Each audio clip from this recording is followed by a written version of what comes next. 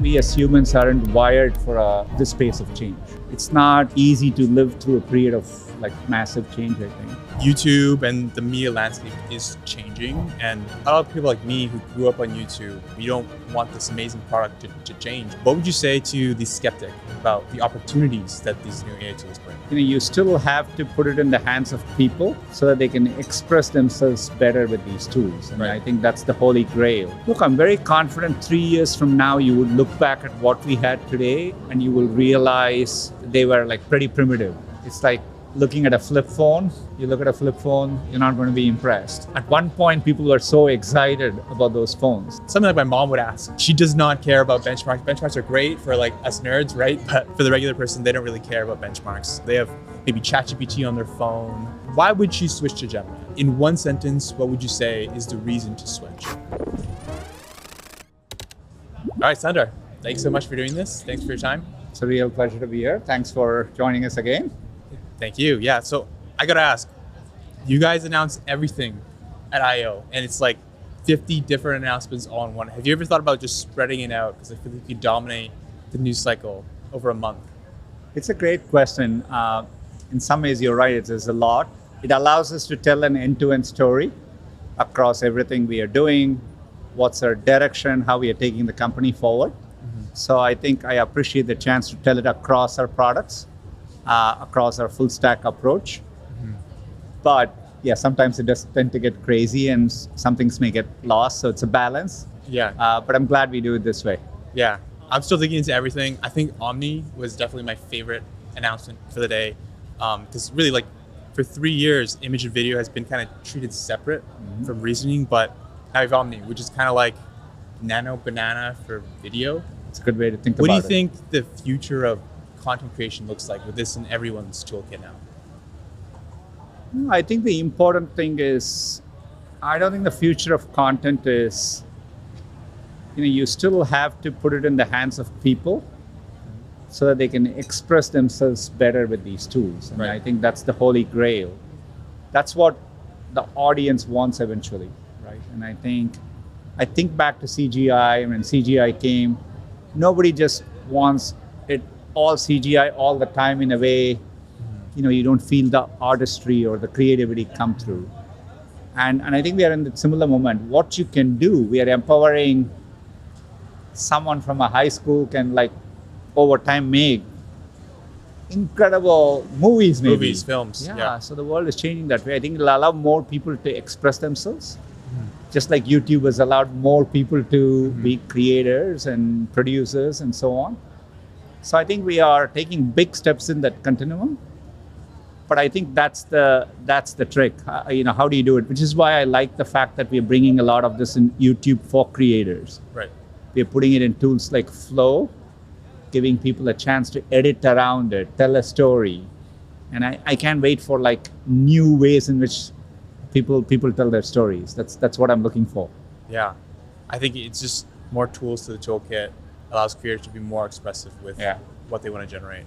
I actually talked with Mark Zuckerberg a few months ago, and he told me that when we achieve superintelligence, that Meta probably won't just recommend content on Instagram, it'll actually start generating content on the fly as well. Basically like hyper personalized AI feeds. I'm curious to hear like your take on this, and with AI tools like VO and Omni, what's kind of YouTube's strategy on that? I think particularly in YouTube, I think we are going to be very creator first. And I think people come to YouTube, they have these connections with different creators. I find myself looking for, creators, if they've uploaded a new video, I want to know about it. But I think there is that connection there between users and creators. That's what I think makes YouTube, special. So I think for us, that's going to be an important way we think about the evolution. Of course, creators can use these tools, and there will be time users too, like you see with Ask YouTube. You can say, well, we're using AI to kind of like give you, a better answer, allowing you to explore in the direction you want. So we'll do those things too. But I think it's important in the platform, at the end of the day, the human to human connection is always there. That's how I think about it. I agree.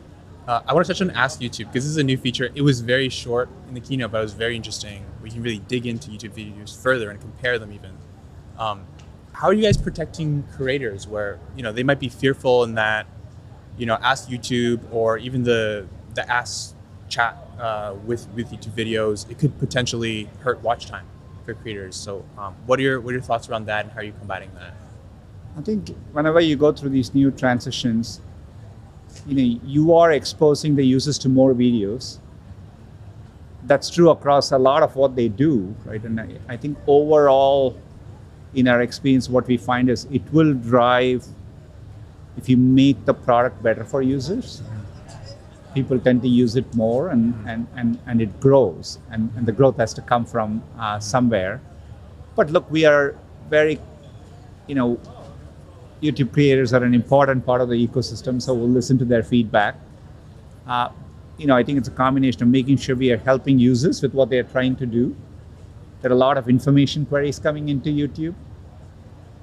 And actually, I think things like Ask YouTube will even pull in more information queries.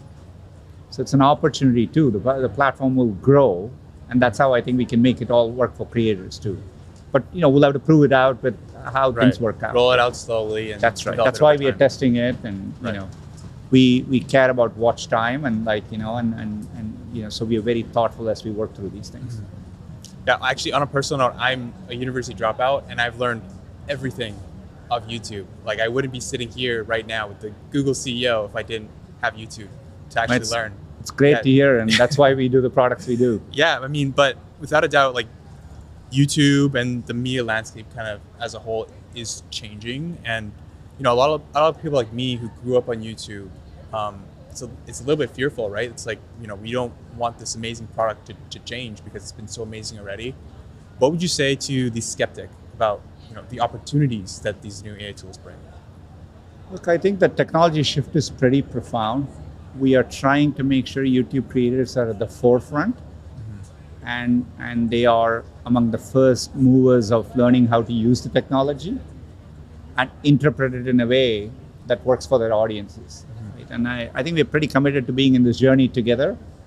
In a way, I think the strength of YouTube as a platform in the past and the future will be based on the strength of the creator ecosystem, right? And both in terms of, to us, we view creators as businesses, next generation media businesses on this platform, right? And we feel a lot of responsibility because we view it that way. And so every evolution we take, we have that deeply in our mind. Neil and team are constantly thinking through those things as we make progress. Have you thought about sort of educational resources for creators? Because even on the creator side, I've seen a lot of my peers even who are fearful of even using the tools because they think their audience is not going to watch them if they're using these tools. But I think as we're talking about, these new tools basically create endless opportunities for creating new types of content, right? That you couldn't create with limited resources before. Have you guys thought about any sort of educational resource or even YouTube videos on how to use tools like Omni to better educate creators? It's a great idea. If you ever want to work on the YouTube team, we'll sign you up. Yeah. But look, I do think take a feature like auto dubbing, right? That's dramatically expanding the reach of YouTube content to more and more people. And so I do think getting more creators to adopt these tools, and that's how we get the feedback of what's working for users versus not to. And I think that's important. So we have to do a better job at it. So I definitely will be talking about this to Neil and the YouTube team. Okay, sweet. Yeah, I mean, I guess it's even more important as these capabilities increase. And now I feel like we're at that point with Nano Banana Omni, which is Nano Banana for video, that we are at that point. Like there are creators getting a significant edge. And I feel like gotta level the playing field with education. I mean, it's part of what we do with our company as well. But anyways, I'd love to kind of get into a broader question for something like my mom would ask. She does not care about benchmarks. Benchmarks are great for us nerds, right? But for the regular person, they don't really care about benchmarks. They have maybe ChatGPT on their phone. But why would she switch to Gemini? In one sentence, what would you say is the reason to switch? Look, I think what makes Gemini is how seamless it is in the context of probably a lot of things she's doing in her day-to-day life. And I think we are making it very personal, the things like personalized intelligence. I think over time it'll have a better understanding of what she's doing in her life in a way that it can help her better. I think with things like Spark, we are bringing the power of agents, which we as developers or people on the cutting edge understand, but she doesn't need to understand all that. But being able to give Gemini action items, tasks, and watch it make her life better. That's all we want her to feel, right? And so I think that's the promise we are working on. We want this to be this personal, proactive, powerful assistant to her. And I think if you look at all the things we are doing, I think we are making a lot of progress. Mm-hmm. I also love the creative aspects of Gemini, with Nana Banana, with Vio, with Omni. I think people can express themselves through these tools as well. Mm-hmm. Or if you're a coder, you can program. Mm-hmm. But ultimately, these are all ways by which people are expressing themselves. Mm-hmm. So I like that way we are differentiated as well. I agree. Let's talk about the personalization a little bit more, because I know at the keynote, you guys kind of demoed the glasses. They're not available till I believe the summer, but also the cross compatibility with the watches, and you've got the phones, and you've got the laptops. So I'm curious on the personalization front. Does the memory kind of hold across all the platforms? And is that a significant edge for Google, or how are you thinking about that? Yeah, I think, look, with personal intelligence, we want to give users controls in terms of what they want to link. But if it is, it's across your account, across all these apps. Mm-hmm. And remember, the agents are also built 24/7 in the cloud, in Google Cloud, running as a VM. So think of it as personalized agents, which are working for you behind the scenes and as context across what you do. We have to be very responsible and make sure the users feel in control. They can stop things, etc. Or they can do incognito versions of these tasks. But I think that's what's delightful. Today, how Gmail works. You don't think about whether you have access to your Gmail on your laptop, and even for someone like your mother, it just works in your life. Google Docs works the same way. And I think that's the magic of how we can build these things. You're really solving problems for users over time. Ultimately, the power of these tools come from freeing up some of the tasks you do so that you're spending your time more meaningfully on whatever you want to do, right? That's the promise of this technology. We all have to work hard to deliver on that promise. That's how I see it. Right. And agents in your phone now too, right? Agents everywhere. Yeah. Let's zoom 3 years from now. Let's say we're sitting again today in 3 years. What's one prediction you'd make that you think is not obvious right now, but will be obvious then? Look, I'm very confident 3 years from now, you would look back at what we had today and you will realize they were pretty primitive. Mm-hmm. It's like looking at a flip phone. You look at a flip phone, you're not going to be impressed, right? At one point, people were so excited about those phones. I think we are in that rare moment in technology. The curve is so steep, people will look back 3 years from now or 3 years ago and say, oh, you mean you couldn't do those things? Right. I think it'll surprise people. I think there's a lot of forward progress ahead. I think we are all laying the foundation for agents, but agents will be very common. I think people will be relying on them to get things done in a more seamless way. So that's one thing I see in a very tangible way happening. Mm-hmm. I do think any content can go from any modality to any modality. We have shown hints of it with Nana Banana, Vio, and Omni, but truly it's going to work in all these ways. Mm-hmm. So it doesn't matter how the content was originally created, people can consume it in many different forms, modalities. I think that's unique. Right. I also read that now 75% of new code at Google is generated by AI. Do you have a prediction on when that could be potentially 100%? Look, I would say the 75% is where people are coding and they get auto-generated, auto completions, and they're accepting it. I think the frontier shifting from that metric matters less to what we are talking about in anti-gravity today with like agents and sub-agents, and you're managing a team of agents. So the new metric is going to be what tasks did you get done by just deploying agents. Engineers, each engineer will have like these many agents at their disposal. So I think it's a whole new metric, and I think that's the shift already underway. So internally using anti-gravity, people are able to do what I call agentic coding, long-running tasks. Can you take a code migration project? You have to take something from C++ to Rust or Python to Go, and it's a complex code base. A small team of engineers, can you deploy a bunch of agents, use the current code and the program or the binary as a spec, and like get the output you want? Those are, the way where the frontier is, I think. Mm-hmm. So agent management, agent orchestration, these sorts of things are the way engineers might shift their responsibilities in their job. Is there anything specific that you think we do now? It could be across, engineering. It could be across anything really. Is there any like tasks that you think that agents just won't be able to do, and the human loop really will need to be there?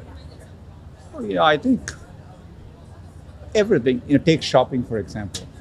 Shopping is a really enjoyable task for a lot of people for a lot of things, right? And then there are times shopping is not. You want to do your weekly groceries, and you may be super busy. You have 2 kids. You just want it done, right? That's different than buying a gift for a loved one, right? So I think, so part of it is the system should work in a way so that you're engaging at that higher meaningful level. If you want to plan a trip, you want to spend your time on understanding the activities you can do and which one is better and so on. Not all the underlying mechanics of like, oh, I need this metro ticket to go from place A to place B, and where should I go? That's the difference, I think. How do you shift? How do you take the mundane tasks and make it easier for you? But how do you take the aspects of this which are joyful and meaningful, involves spending time with other people? I think everywhere it's that. How do you free up doctors to actually spend more time with their patients? Right. And less on like billing or medical records or transcription of your notes, or getting second opinions on things you want, right? And that's how I see this evolving. All right, I know we're almost out of time here, so last one. There's this sort of state of confusion among young people, and even in Silicon Valley, I see this kind of like AI frenzy, right? What advice would you give to, let's say, an 18-year-old for how to best set themselves up for the future? Okay, I think we as humans aren't wired for this pace of change. I think so. So it's not easy to live through a period of like massive change, I think. I do think if you're young, you have a lot of opportunity ahead of you, right? I think, with the progress we are seeing in scientific discovery, healthcare, etc., most of the young generation hopefully will lead longer lives with better health span than the previous generation, right? So I would just say at this time to kind of slow down and absorb and learn how to use these tools and get comfortable and realize that these tools are going to help you do things better than ever before. But keeping that mindset, no different from how you said earlier. You used YouTube as a tool to learn everything. That's how you approached it. And you learned a lot of things. And by the way, I've done the same thing, and so I would just view it as a continual learning moment, and you want to become comfortable and native to this technology. Right? That's how I would approach it if I were young. Would you still advise going to college? I would. I think a lot of those things are about growth in your life. For some people that they don't need to do that. And, so I think these are uniquely personal decisions. But if I were 18, would I go to college? I would.